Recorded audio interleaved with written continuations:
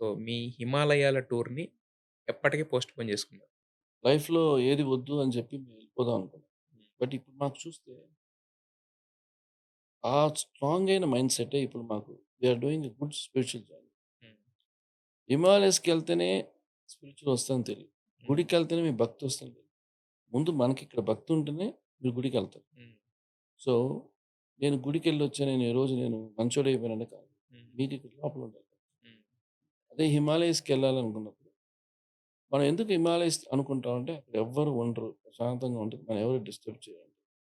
అని అందరూ అక్కడ ఒక స్పిరిచ్యువల్ ఎనర్జీ ఉంటుంది. అన్నీ అనుకుంటారు. స్వామి యోగానంద నుంచి మీరు చూస్తే చాలామంది అదొక అది కంప్లీట్ డిఫరెంట్ అండి. హ్మ్.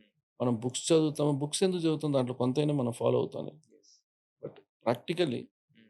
మీరు ఇంట్లో ఉంటేనే చేసుకోవచ్చండి. హ్మ్. You can do all. But మీకు ఎనర్జీ కావాలంటే మనం కొన్ని ప్లేస్‌కెళ్తాం. నేను తిరువణమలై ఎళ్తాను. రమణ ఆశ్రమంకెళ్తాను. హ్మ్. ఎక్స్‌పీరియన్స్ చేస్తాను. హ్మ్.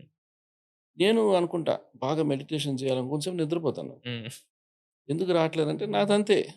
మెడిటేషనే నిద్రపోవడం నిద్ర మెడిటేషన్ అంట అట్లా సార్. ఎళ్ళిపోతుంది. హ్మ్. పర్వాలేదు ఇంకోళ్ళ మీద పడిపోకుండా ఉంటే చాలు గదా! సో, అదొక భయం నాకు. ఆ!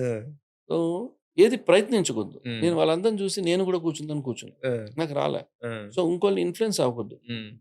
టైమొస్తుంది. మనం కరెక్ట్ అయిన హ్మ్. గురువుని కలుస్తాం. హ్మ్. జరుగుతాయి.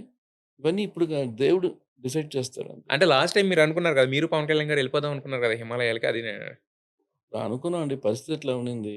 ఇప్పుడు మాకేంటంటే ఇప్పుడు మాకు అదే జర్నీ లానే ఉంది. హ్మ్. Everything is nice. ఓకే.